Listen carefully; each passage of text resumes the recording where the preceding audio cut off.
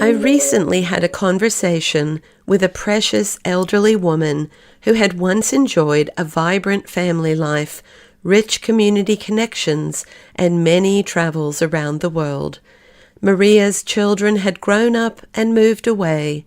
Her husband had passed, and her health had begun to falter. Now Maria felt isolated and alone, despairing of life itself. She asked her doctor, "Why are you bothering keeping this old bag of bones alive? I'd be better off dead." I cradled Maria's withered hand in mine.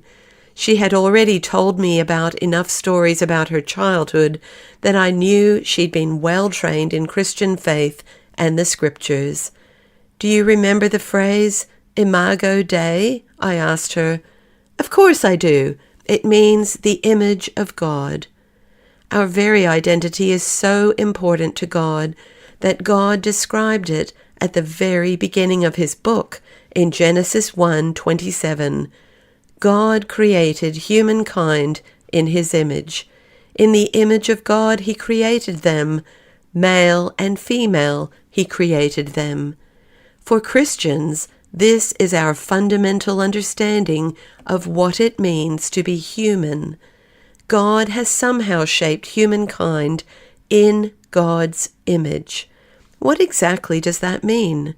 Theologians have lively discussions about these things, but at the very least, we know that God has endowed all humans with the ability to live as rational and moral beings, the capacity to have relationships with God and one another, and the possibility of acting on God's behalf. 2nd century theologian Irenaeus said it best, "The glory of God is a human being fully alive." This is incredible. In our world today, there are so many false answers to the question, "Who am I?" Competing claims endlessly bombard us from all sides.